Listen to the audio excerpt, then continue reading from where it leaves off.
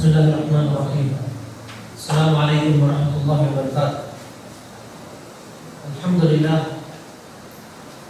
Nahmaduhu wa nasta'inuhu wa nastaghfiruh. Wa na'udzu billahi min shururi anfusina wa min sayyiati a'malina. Man yahdihillahu fala mudilla lahu wa man yudlil fala hadiya lahu. Wa nashhadu an la ilaha illallah wahdahu la sharika lahu. ونشهد أن محمدا عبده ورسوله اللهم صل على سيدنا محمد وعلى آله وصحبه أجمعين اللهم اجعل أعمالنا كلها صالحة ولوجهك خالصة ولا تجعل لأحد منه شيئا.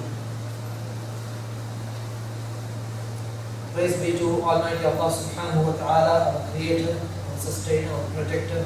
And may Allah subhanahu wa ta'ala's peace and blessings be upon our beloved Prophet Muhammad Mustafa sallallahu alayhi wa sallam, who is our leader, who set an example to us as to how we live as human beings on this earth. May Allah's peace and blessings also be upon Prophet Muhammad sallallahu alayhi wa sallam's noble companions and upon all the Muslim believers who live until the day of judgment.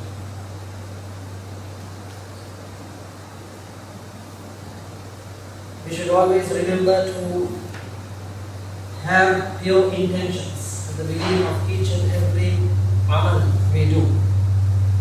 Because Allah subhanahu wa ta'ala rewards us according to those intentions. As long as our intentions are pure, then Allah subhanahu wa ta'ala will give us a lot of reward for them. But if we have bad intentions or our intentions are not for the sake of Allah, then all that we do will go waste. So we should be very careful of having a pure niyyah that we are here for the sake of Allah in order to study the Al-Quran, which is His message to mankind and which is our source of guidance. And we should strive and aspire to enhance our relationship with this Quran, because the more someone lives with the Quran, the more he will experience a feeling that I am with divine protection, I am with divine guidance, and I will not go astray. Allah will not let me alone. He will not leave me to be misguided. So the Quran is our only source of guidance. The more we are able to recite it and understand, read and understand its meanings, the more we will be able to enhance our lives. So this is the purpose why we are studying the Quran and why we are having this series of lectures on various surahs of the Holy Quran. So we are now studying Surah Yasin. Surah Yasin is the heart of the Quran. And why it is known as the heart of Quran is quite evident from what we have studied so far. Because as we saw in our previous lesson, Allah subhanahu wa ta'ala takes an oath at the beginning of this surah. He takes an oath, Yasin, wal Qur'anil Hakim. This oath is upon the Quran, not just the Quran. He describes the Quran as Al-Hakim. So we mentioned about the significance of attributing wisdom to the Quran. Why is it Allah subhanahu wa ta'ala calls this Quran as wise? Because we know that wisdom is a quality of human beings, a quality of living creatures. Then how is it that a book can obtain this quality of wisdom? So we said that the purpose is that Allah subhanahu wa ta'ala wants to describe this Quran as a divine message which is like a living being itself. It has its own heart. The Quran has its own heart. And it is able to interact with human beings the more a person recites it and tries to understand its meaning, the more Quran will help him in understanding the guidance of Allah subhanahu wa ta'ala. And all its guidance are nothing but wisdom, because all the guidance that is in the Quran is for the benefit of mankind. And no amount of human man-made laws can bring about the effect that the Quranic guidance can bring in human society. So that is when we say Amantu billahi wa malaikatihi wa kutubihi, and we say that we believe in Allah subhanahu wa ta'ala's messages which came in the form of the books which were revealed to the prophets, we are accepting those books as our sole source of guidance. So this conviction should be always with us. And so that this will get enrooted deep in our hearts, we have to increase our relationship with the Quran. So this surah is guiding us towards this, which is why it is described as the heart of the Quran. Then Allah says in verse 3, إِنَّكَ لَمِنَ الْمُرْسَلِينَ. And we explain why Allah is saying, indeed you Muhammad are from amongst the messengers, rather than saying you are a messenger. Because Allah subhanahu wa ta'ala wants to show that you are not alone in this mission that you are carrying out. You are not alone. You are one of the long chain of messengers who have been sent in order to accomplish this same mission that you have been entrusted with. So this will give and it will encourage Prophet Muhammad sallallahu alaihi wasallam to be steadfast in his mission and to continue with it, whatever the enmity and whatever the trials and tribulations that he will meet. So Allah is saying you are from amongst the messengers, so that this message will be understood by, so that this Prophet Muhammad sallallahu alaihi wasallam will be able to understand that he is not alone in carrying out this mission. Then Allah says, Ala sirati mustaqim. You are not alone in this mission. At the same time, you are on the straight path. Why is Allah saying that you are on the straight path? Allah is saying you are on the straight path, not to convince the Muslims that you have nothing to doubt and that you are indeed following the true religion. That's not the only purpose. When Allah says that this is the straight path, which we said that it has so many meanings. If we say it is the straight path, it is the most clear path. It is the easiest path. And it is the one that will suit mankind and help him. So when we say straight path, it is something very clear, it is something very easy, and it is something perfect. So Allah is saying, oh you Prophet, you are on the straight path. Then Allah again explains what this Quran is. He says, Tanzeel al-Aziz al-Rahim. This Quran is not just a book that has been revealed unto you. Look as to from whom it has been revealed. Divert your attention to the person who revealed this book. He is none other than the most exalted and the most merciful.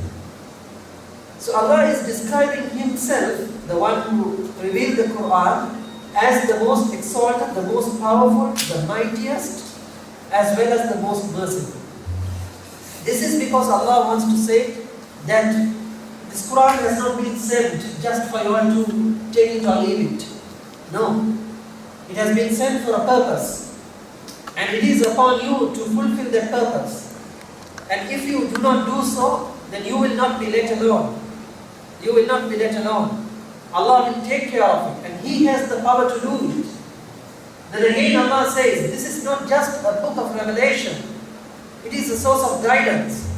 And this guidance comes not just from any God, but it is coming from the most powerful God who created you and me and all the entire humankind. So Allah is directing our attention towards Allah.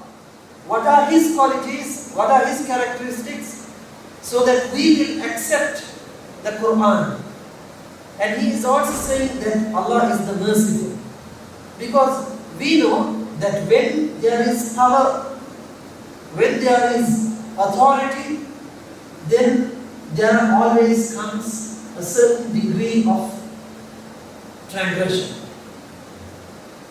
But Allah wants to say that there is nothing for you to fear. He is the most powerful. He is the one who has the might, and He is the one who has the wisdom to guide mankind. But He will not guide you with anything that is contrary to your benefit. Anything that will not help you, anything that is going to make your life difficult, He will not guide you towards it. Because He is the most merciful. And He looks into your needs, He knows your needs, and He will guide you accordingly. Because He is more merciful and loving towards you than your own mother or than your closest friend. So why do we turn towards other people whom we think they love us when there is someone who loves us more than them? And He is showing us the guidance through this book. That is what Allah says. This revelation is from the most exalted and from the most gracious. Then Allah is explaining what is the mission of this message. What is the purpose of this message? لِتُنْذِرَ قَوْمًا مَا أُنْذِرَ آبَاؤُهُمْ فَهُمْ غَافِلُونَ. That you may warn such people whose forefathers were not warned, so they are unaware. We said that this verse has another meaning, which is that you may warn people whose forefathers were warned, but they are unaware. So, whatever meaning it is, Allah is explaining the purpose of this Quran as to be a source of warning to the people who are living a life of ignorance. They are living a life of ignorance.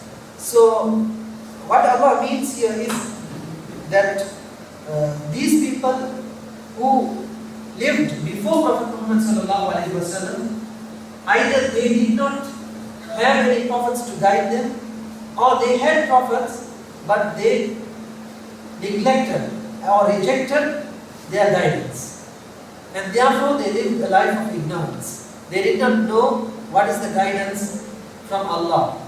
So this life of negligence prevents them from accepting the message of Allah when it comes.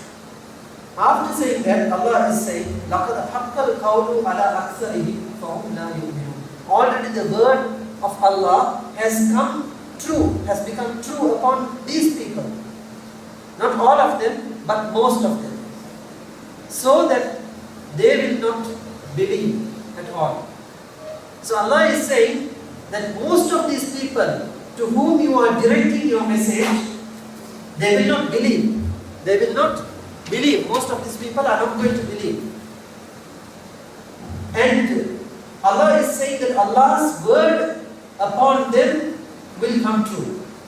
And what is that word? That also we explained.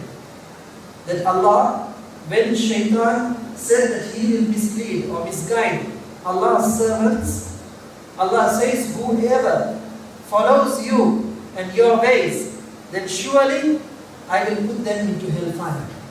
So that is Allah's word. And that word of Allah will come true as far as most of these people are concerned. So I explained that this does not mean that Allah is depriving mankind of the ability to follow the straight path. Some may say, okay, Allah subhanahu wa ta'ala is saying that most of us are not going to believe. So He has forbidden us or prevented us from believing. He has prevented us from doing good. But this is not so. Allah is saying this through His knowledge, because He is the most knowledge, and He has knowledge not only of what has happened and what is happening, but He also has the knowledge of what is going to happen. So every creation, even before it is created, Allah subhanahu wa ta'ala knows its entire history. So it is with this knowledge that Allah is saying that most of them are not going to believe. This does not mean that Allah has deprived man of the independence, of the freedom of selecting what is right and what is wrong. Man is given total freedom, and he has been given the guidance, and it has been proved to him that this is the perfect way of attaining success in this life. So, لَقَدْ حَقَّ الْقَوْلُ عَلَىٰ أَكْثَرِهِمْ فَهُمْ لَا يُؤْمِنُونَ.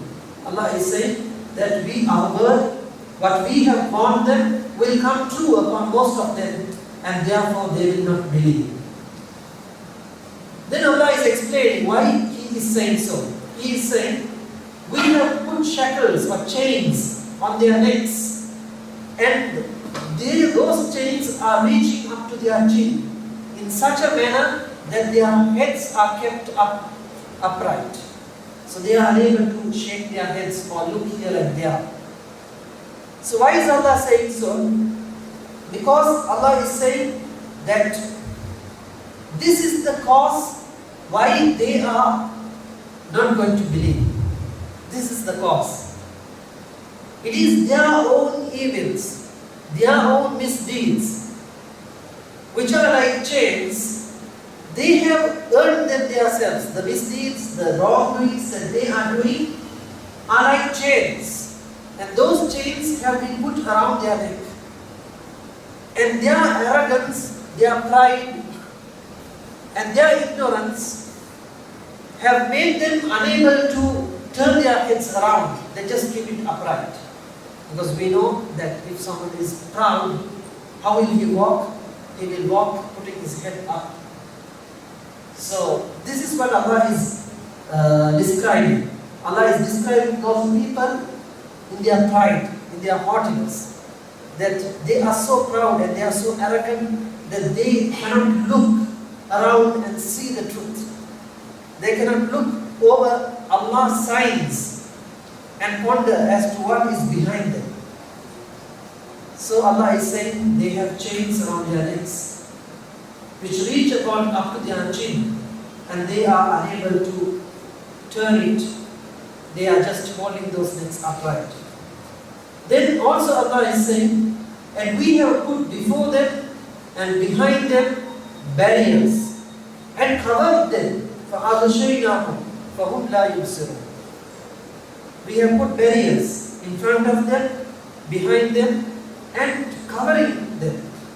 And because of that, they are unable to see, they are unable to witness the true path.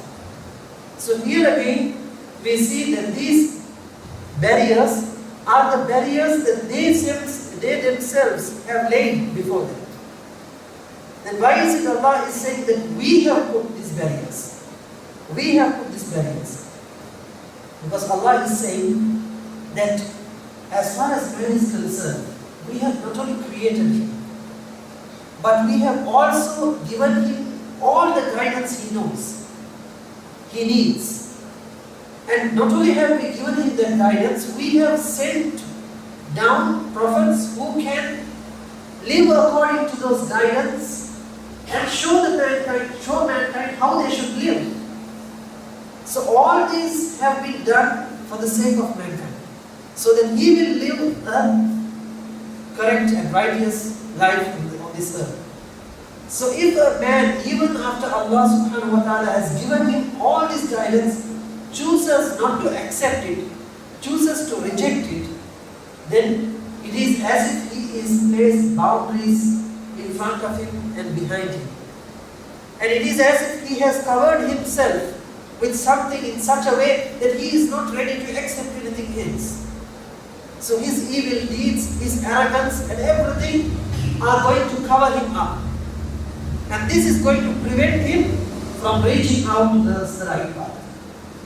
So that is why Allah is saying, if someone rejects the path of Allah, if someone rejects Allah's message and His message, then he has put some barriers in front of him, behind him, and covered himself up in such a way that he is not going to see the truth. So this is the reason why these people are continuously attacking us. And this is the reason why they do not want to accept it. So Allah is explaining the reason why these people are continuously attacking you, so that Prophet Muhammad sallallahu alaihi wasallam will not be discouraged. He will not feel sorry that these people, even after exerting so much, they are not following his path. Because Prophet ﷺ was so merciful, so he liked his community so much that if the people did not accept his message, he would always think that this is due to some fault that is within himself. So Allah is saying, it is not your fault. You are doing your job. But the problem is with them. They have placed some barriers which are preventing them from seeing the truth. And that is why they are not accepting your message. So this is where we came up to during our last lesson. So today we are coming to the next part of this first paragraph, which comprises of 12 verses, which make up the first theme of this surah. So the next verse, Allah says, وَسَوَاءٌ عَلَيْهِمْ أَأَنذَرْتَهُمْ أَمْ لَمْ تُنذِرْهُمْ لَا يُؤْمِنُونَ. Sawa means it is equal. Sawa, equal. Alayhim, it is equal to them. It is same for them. أَأَنذَرْتَهُمْ أَمْ لَمْ تُنذِرْهُمْ. Anzara is to warn. So even if you warn them, أَمْ لَمْ تُنذِرْهُمْ, or even if you do not warn them, it is the same. As far as these people are concerned who were described before, even if you warn them, or even if you don't warn them, لَمْ تُنذِرْهُمْ, what is the outcome? لَا يُؤْمِنُونَ. They are not going to believe. So, in the Quran, Allah subhanahu wa ta'ala has described Prophet Muhammad sallallahu alayhi wa sallam as a person who has come to warn his people. To warn his people. Even here in this surah, Allah says, لِتُنْزِرَ قَوْمًا مَا أُنْزِرَ آبَاؤُهُمْ فَهُمْ غَافِلُونَ. We have already gone through it. So that you may warn the people whose forefathers were not warned. So the purpose of this message is to warn the people. But this warning will not be heeded by these people who were described before. And even if you warn them or do not warn them, they are not going to believe. Which means, Allah is not saying that you don't spend your time with those people, or you don't convey your message to those people. But Allah is saying, within this wide community to whom you are preaching, there are people who, however much you try to explain to them the truth, they are not going to accept you. But there are also people who will be able to discern truth from what is wrong, and they will be following you. So it is your duty to try to find such people who are going to accept your message, and gather them together and make them your companions, and make them the people who will support you in your mission. So this is the purpose why Allah is saying that even if you warn them or do not warn them, they are not going to believe. It is not to say that, okay, you don't need to convey your message to these people. No, you convey your message, but don't be disheartened when you see that most of them are not accepting them, because most of them will not accept. Then Allah is saying, those are the people who are not going to accept your warning. Then who is it who is going to accept your warning? إِنَّمَا تُنْذِرُ مَنِ اتَّبَعَ الذِّكْرَ وَخَشِيَ الرَّحْمَنَ بِالْغَيْبِ فَبَشِّرْهُ بِمَغْفِرَةٍ وَأَجْرٍ كَرِيمٍ. Innama is surely. Inna with ma. Both are surely. If we say inna is also surely, innama is also surely. Both have the same meaning. That is to emphasize. Tunziru from anzara, which is to warn. Man means who. Ittaba'a is to follow. Tabi'a. Tabi'a is to follow. We know tabi'in. The tabi'in are the followers who followed the companions of Prophet sallallahu alaihi wasallam. So tabi'in comes from taba'a or tabi'a, to follow. To follow. Al-dhikr. Dhikr means reminder. Here most of the Mufassirs say that dhikr here particularly mentions the Quran. So Allah is referring to the Quran through zikr, because in Quran several places Allah subhanahu wa ta'ala has called the Quran as dhikr. This Quran is a source of reminder. It reminds mankind of their duty. It reminds mankind of their mission, and so on. So, إِنَّمَا تُنذِرُ مَنِ اتَّبَعَ الذِّكْرَ. Allah is saying that you can only warn those people who will follow the Quran, who will follow this message that you are bringing. وَخَشِيَ الرَّحْمَنَ بِالْغَيْبِ. And also, khashiyah means to fear. Khashiyah is fear. They will fear Ar-Rahman, the most merciful. Bil-Ghayb. Ghayb is something that you cannot see, the unseen. So they will fear the most merciful, even though they are unable to see Him. Even at times when you feel that you are alone and that no one is watching, even in those times, they will fear Allah because they know that He is watching. So it is really beautiful to note that Allah is saying that they will fear the most merciful. If someone is merciful, how can we fear Him?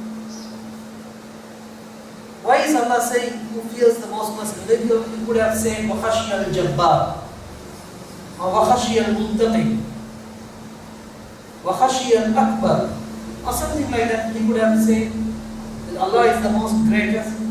He is the one who takes revenge, and He is the most powerful. He could have said they are those people who will fear the most powerful. But here Allah is not saying so. He is saying وَخَشِيَ الرَّحْمَنَ بِالْغَيْبِ. You have to fear Him. But even then, He is the most merciful. He is not going to make you live a life of fear. That is not what is meant. What is meant is that you should fear that you go away from the rahmah of Allah.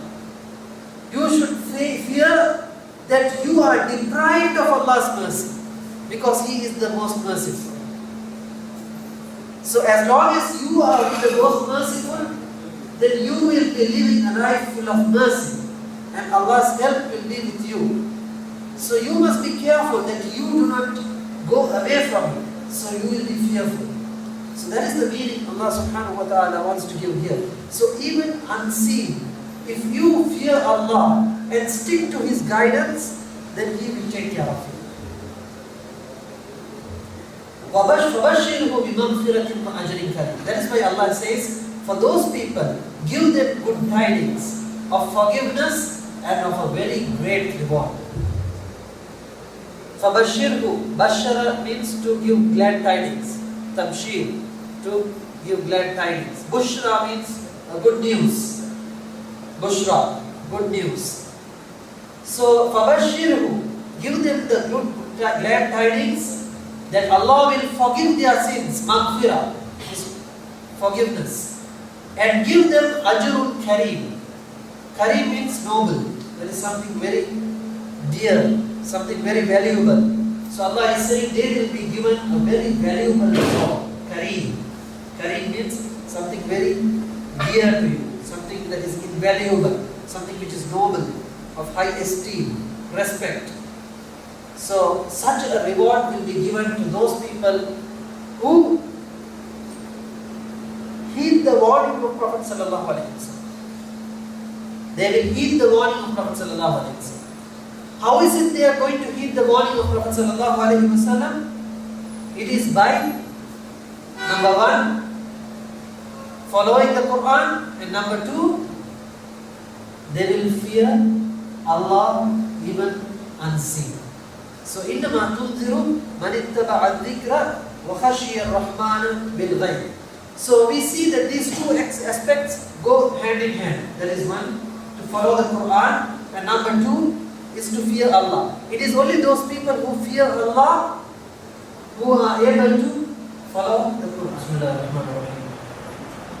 So verse number 11 of Surah Yasin says, إِنَّمَا تُنْزِرُ مَنِ اتَّبَعَ الذِّكْرَ وَخَشِيَ الرَّحْمَنَ بِالْغَيْبِ فَبَشِّرْهُ بِمَغْفِرَةٍ وَأَجْرٍ كَرِيمٍ. The previous verses spoke about those people who are rejecting Allah's message. And however much you warn them, they are not going to heed you. سَوَاءٌ عَلَيْهِمْ أَأَنذَرْتَهُمْ أَمْ لَمْ تُنذِرْهُمْ لَا يُؤْمِنُونَ. It is equal, it is the same. Even if you warn them or do not warn them, they are not going to believe. And here Allah is saying, who are those who are going to heed your warning? They, number one, are those who follow the guidance of the Quran.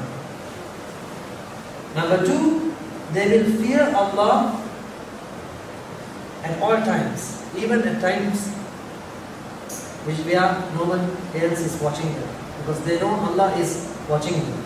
So in things that are unseen, they will be fearing Allah. So we say both are interrelated, because it is a person who fears Allah, because this fear comes through understanding. The more we understand who Allah is, the more we will fear Him. And when we fear Him, we will want to understand His message to us. What is His message? What is His guidance? And we will follow it. On the other hand, the more we understand Allah's message, the more we will understand who Allah is. Who is the person who gave us this message? And this will help us to live in fear of Him, to live a life of obedience to Him. So Allah is saying these two are the characteristics of those people who are going to heed your warning. Therefore, we will be, number one, forgiving their sins. And number two, we will be giving them a very noble reward. Now why is Allah saying we will forgive their sins? Because in the previous verses, Allah was speaking about the reason why those disbelievers are not going to accept you. Because there are veils of evil that have been placed between them. Those evils have taken the form of chains and been hung on their necks. So all these evil should not befall you. You should not get stuck in them. And they should not cover you up so that you will not be receiving the light of truth. Therefore, Allah will forgive you and forgive those sins that could deviate you from your path, that could misguide you from your path. So see the relationship. Every word Allah is using in these sentences has a purpose. Why is He saying that these people will get maghfirah and ajrun karim? Forgiveness and noble reward. Forgiveness so that they will be able to continuously witness the light of truth. Nothing will come before them, because you can remember the hadith of Prophet ﷺ, where he said, when a person sins, when he does something evil, a black spot will come on his heart. And what will happen if those black spots increase? It will cover up his heart. And then that heart will not be able to see the truth, because the light will not go inside. So these are the veils that are going to be placed. And the cause of these veils are the evil, the wrongdoings of mankind. So if Allah is forgiving someone, then he will be saved from them. So this is what Allah is mentioning, and also a noble reward in the hereafter. In the hereafter, they will receive the noblest of awards. Now Allah is coming to another matter, which is the final verse of this first part of Surah Yasin. He is saying, "Inna nahnu nuhyi al-mawta wa naktubu ma qaddamu wa atharahum wa kulla shay'in ahsaynahu fi imamin mubin." All this time Allah was speaking about what? What was He speaking about? From Yasin wal Quran al Hakim to Innama tunziru man ittaba al-dhikr. He was speaking about the message and the messenger. And we said that this surah speaks about three essential aspects of Iman. One is Risala, the other one is Al-Akhirah, and the other one is Uluhiyyah, Tawheed, the oneness of Allah. So Allah has already spoken about Risala in the previous verses. And this verse is speaking about Al-Akhirah. Inna nahnu nuhyi al-mawta. Indeed, it is we who bring the dead to life. وَنَكْتُبُ مَا قَدَّمُوا وَآثَارَهُمْ. And we will record all that they have put forth and also what they have left behind. وَكُلَّ شَيْءٍ أَحْصَيْنَاهُ. And everything we have enumerated in a clear register, in a clear record. Inna, indeed we, nahnu. Now, Allah has already said, surely we. Then again He is saying we. There are two ways there. One is the inna means we, surely we. When you say nahnu, that's also we. So Allah is emphasizing the fact that we are those who are doing this. Doing what? Nuhyi al-mawta.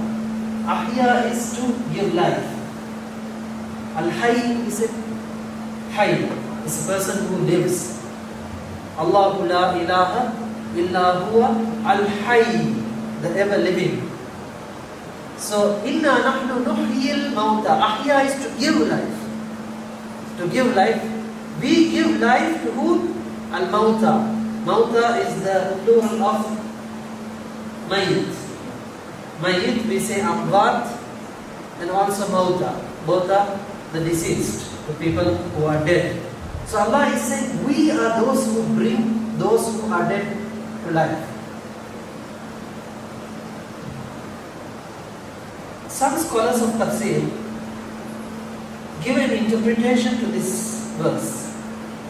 They say Allah is not referring to giving life to the dead. But what He is referring is how He awakens the dead hearts.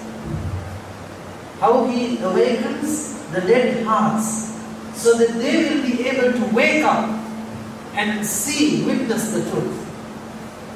Because the previous verses were speaking about the message and the warnings, and that the people are not accepting these warnings. Why?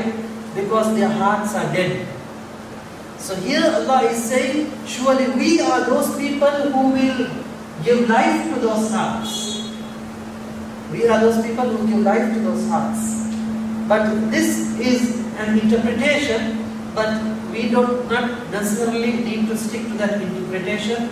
We can go with the direct meaning that Allah is referring to giving life to the dead in the hereafter. Because this is one of the main reasons why the disbelievers refuted the message of Prophet ﷺ. Not only the message of Prophet ﷺ, but all the people, all the messengers who came even before, one of the main reasons why they did not accept their message was because Islam says that people are going to be given life in the hereafter and they are going to be questioned and they are going to be rewarded according to their actions. So they could not understand how these people are going to be given life. Is it possible? And how is it possible that each and every action that we did on this earth is going to be recorded and we are going to be questioned about it in the hereafter? They could not digest this. They could not digest this. So Allah is saying, surely we are those who are going to give life to them. Why is Allah saying we are the ones who are giving life? Because we are the ones who created you. We are the ones who created you. We are the ones who created all this universe and everything that you find in it. So if we have the power to do all that, then why cannot we give life to the dead? So inna nahnu nuhyi al-mawta. And Allah is saying, not only do we give life to the dead, but in this world we will be recording ma qaddamu wa atharu. Everything that has been done, we will be recording. Now, here Allah is mentioning about 3 types of recording. One, Allah is mentioning about a person's deeds. Whatever he does, whether it is good or bad, they are all being registered in the divine register. They are being recorded.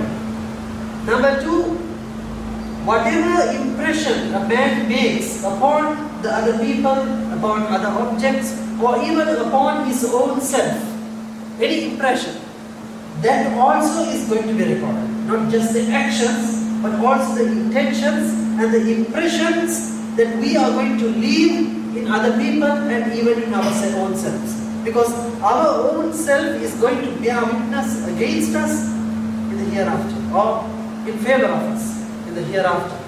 So, number one, our deeds are going to be recorded. Number two, the reflections of our deeds are going to be recorded. And number three, the influence of our action upon other people.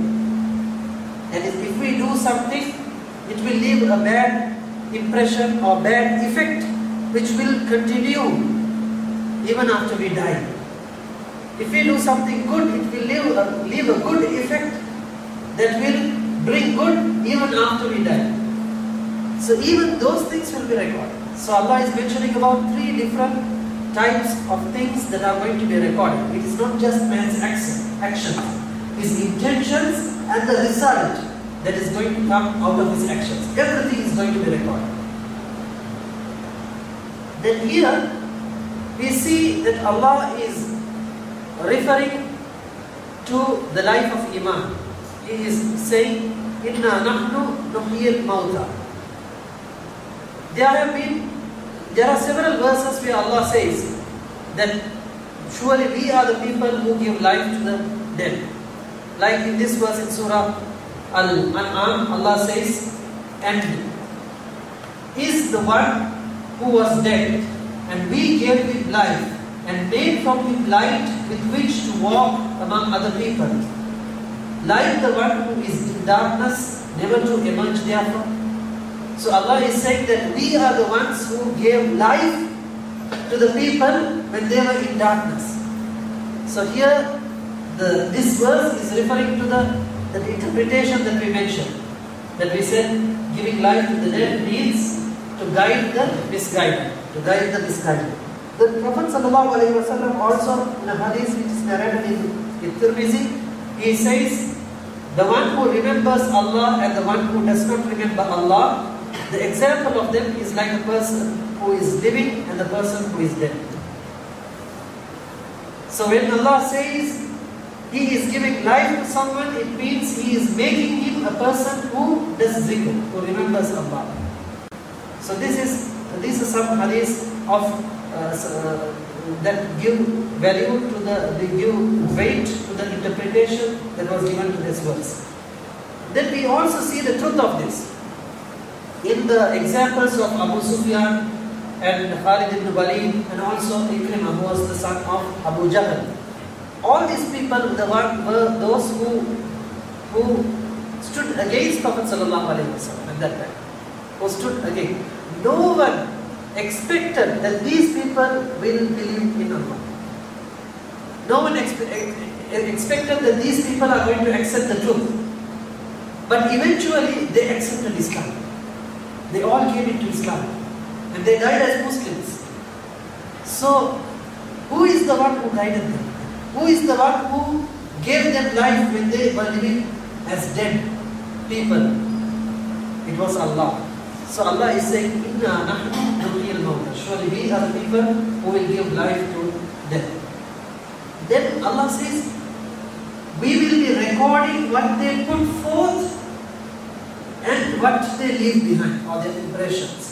The Prophet ﷺ said in a long hadith, whenever a believer makes an intention to do a good deed, Allah will tell the angels, write down for him a reward.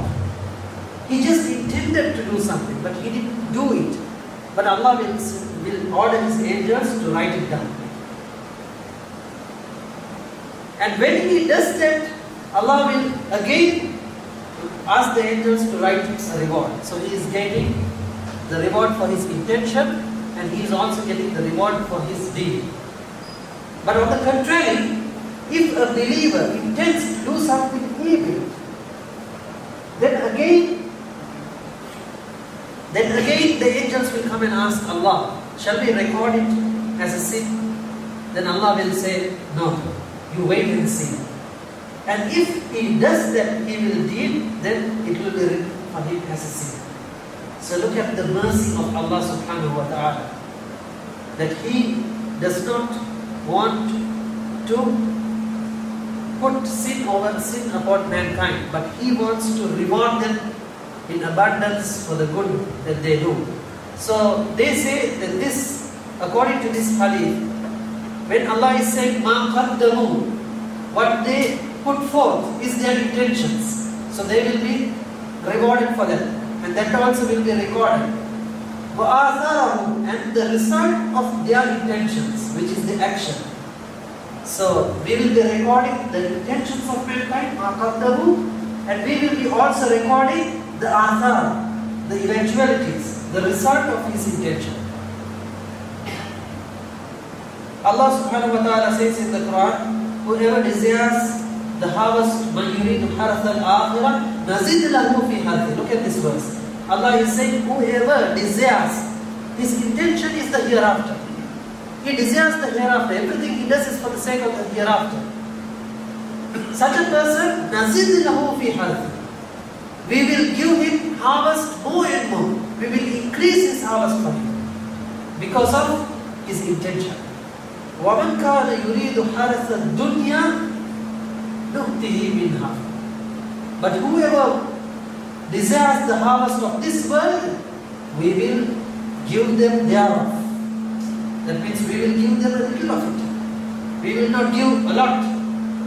But whoever desires the hereafter, we will increase the invest. We will increase the harvest.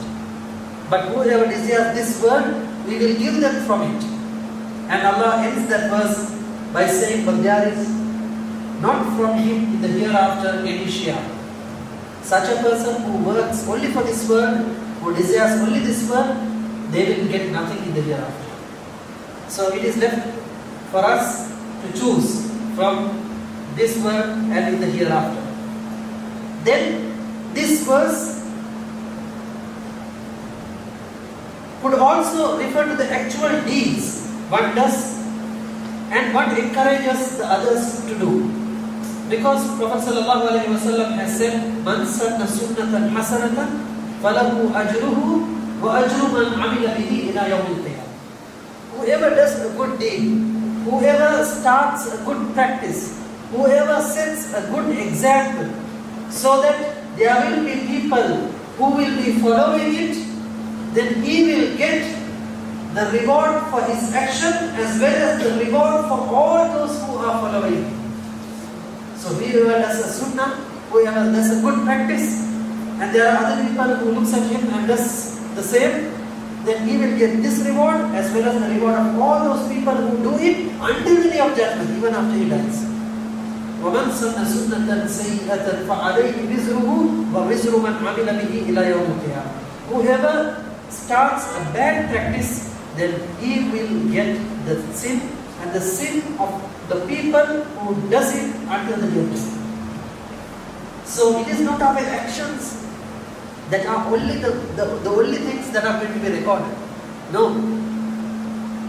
Our actions are going to be recorded, and all those who are going to look at those actions and follow, even their actions are going to be recorded. And they will either increase our rewards or increase our sins.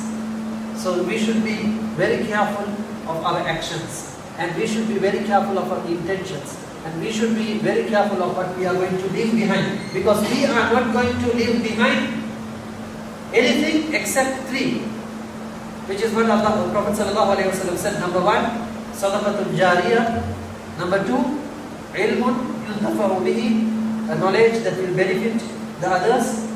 And number three, a righteous child who prays for his parents even after they are dead. So these are the only three things that are going to give us a reward continuously until after we die. Now when we look at this verse, Inna nahnu nuhyi al-mawta wa naktubu ma qaddamu wa atharahu wa kulla shay'in ahsaynahu fi imamin mubin. This verse, there is an incident that has been reported by a lot of mufassirs related to this verse. Because Allah is saying we are recording ma qaddamu. Qaddamu. Qaddama comes from the word qadam. Qadam. You know what qadam is? Feet, the foot. Qadam is the feet, the feet. So qaddama means you are going to do something. You are going to do something. So that is, you are going to place your feet. That is how that word comes. Qaddam, go forward. Athar means, it comes from the word athar. Athar is an imprint, a reflection or an imprint or something that is left behind. So when you walk, your footprints are called athar. Athar. So now there was this tribe, Banu Salam, who were one of the first tribes to accept the message of Prophet sallallahu alaihi wasallam when he migrated to Medina. Now these Banu Salama, they were living in the outskirts of Medina. They were not living close to the mosque, Masjid al-Nabawi, which Prophet sallallahu alaihi wasallam built. So they wanted to shift. They wanted to come closer to the Masjid al-Nabawi. Then Prophet sallallahu alaihi wasallam told them, Makanukum. He said, you be where you are. You be where you are. Don't think of coming closer. And Prophet sallallahu alaihi wasallam recited this word. وَنَكْتُمُ مَا قَدَّمُوا وَآثَارَهُ, which means that for each feet that you place towards the mosque and each footprint that you are going to leave behind, you will be rewarded. So this narration has been mentioned in the tafsir of this particular verse. So Allah is saying, give them good glad tidings. And the Prophet ﷺ said in hadith, give good glad tidings to the people who walk towards the mosques even in the darkness of the night. Bashir al-masha'ina, masha'ina ila al-masjid. Whoever in the darkness of the night walks to the mosque, give them glad tidings. They will have the most complete light in the day of judgment. So these are the first 12 verses of Surah Yasin. So now we are coming to the second portion of this surah, which is from verse 13 to verse 33. But we will be first going through verse 13 and verse 19. Now this paragraph, verse 13 to 19, is an example for what has been said before. Now here before, Prophet Muhammad sallallahu alaihi wasallam has been told that even though you are exerting yourself and spending a lot of your energy and time conveying the message, but eventually find that most of those people are rejecting you, you should bear in mind that this is the nature of the people and most of them are not going to believe. But this should not discourage you, because this is what happened to all the prophets who came before you. There were messengers before you and they faced the same situation. So now Allah is giving an example of those people who were rejected before and why they rejected the call of the messengers and what happened to them. This is explained in an example, and this example is what is called Qissatu Ashab al-Qarya, the story of the people of the village. The story of the people of the village. The story speaks about the fate of those people who were persistent in denying the truth. They were adamant. And even though messenger after messenger was sent to them, they continuously denied the truth. There are reports that suggest that this Ashab al-Qarya means the people of the village. This village is referring to a place in Syria. And the tafsirs mention its name as Antioch. Now, a lot of mufassirs have quoted Ibn Abbas radiallahu anhu and the Tabi'ins, Qatada, Ikrimah, Ka'b al-Ahbar, who was a Christian priest who embraced Islam, and Wahab ibn al-Munabbih. They have mention this story from these people. Imam Ibn Kathir in his tafsir has extensively recorded and discussed about these narrations. But all these narrations are authentic and they are based upon Christian traditions, which too are baseless. So there are a lot of things that contradict the fact that this Antioch was the city which has been mentioned in this. Because the people of this particular area rejected the call of Allah. They rejected the message of Allah. But we find later on, when the Roman Empire was captured, the people who accepted the message of Islam most were the people of this area.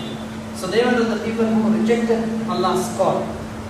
And again, the time when these messengers were sent, it is reported in these tafsirs that the messengers were the messengers of Isa alayhi salam. They were not the prophets.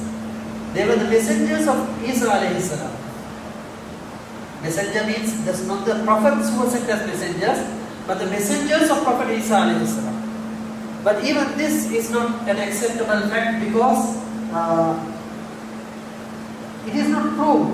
It is not proved that the time when this was revealed, when this incident happened, was after or at the time of Isa alayhi salam. Most narrations say that this happened very much after Isa alayhi salam came and went. So accordingly, there are a lot of contradictions in the fact that this particular area is found in Syria and this is such an area and so on. But the fact is that we do not need to go into detail as to what area this is, who are these people and so on, because that is not relevant for us. What is relevant is the meaning of the story, the lessons that it is going to give us. There is no real benefit in finding out who these people were and where they lived and so on. So this is the story that we are going to look into. But in order to just give you an idea what this story is about, we are living in a non-Muslim country. There are a lot of non-Muslims who are living around us. Our neighbors may be non-Muslims. Our colleagues who work with us may be non-Muslims. So do we have a burning desire within ourselves that we should try to convey the message of Islam to these people? Every day we interact with a lot of non-Muslims. But do we feel the urge to speak with them a few words about Islam? What will it be if one of those people on the day of judgment is going to complain to Allah that this person, he meets me every day, but he did not say a word of Islam to me? So this desire to put forward the message of Islam to each and every one should be in us. So what is the motivation that this story is going to give us in this regard? Number two, we see a lot of people going out of their way in order to preach Islam, in order to explain the message of Islam to the people. Some of them come and deliver lectures. Some of them conduct classes. Some of them conduct bayans. Some of them do work of charity. Some of them go and visit places and look into the needs of the people, and so on. There are so many da'wah activities taking place. Do we feel an urge within us that we should support those people and we should be part of it and we should help them in their activities? Then what is the motivation that this story is going to give us towards this end? these are some of the things that, some of the lessons that we are going to derive from this incident, and we hope that this will be a source of inspiration for us all to work towards this end. And incidentally, the Center for Islamic Studies is an institute that has been solely established for this purpose, for the purpose of conveying the message of Islam to all humanity, and inshallah we all will be part of this mission, a part of this effort to deliver the message of Islam to the people of this country. Having said that, I will complete this lesson. وآخر دعوانا أن الحمد لله رب العالمين. Just want to apologize because I'm not feeling well today. So if there have been any discomfort or anything like that, please excuse me. Another thing is the tunes. The tunes, actually, I was having some problem in preparing this tune because this is one continuous chapter. So I have to brief the points and put into different lessons. So I was even thinking of preparing the entire the notes for the entire surah and giving it once and for all. So we'll see, inshallah, by next week if we can prepare it, then you will all be getting it, inshallah. Subhanallah, alhamdulillah, subhanallah, alhamdulillah, ashhadu an la ilaha illa anta, astaghfiruka wa atubu ilaik. Bismillahir rahmanir rahim. Wa sallallahu alaihi wa sallam.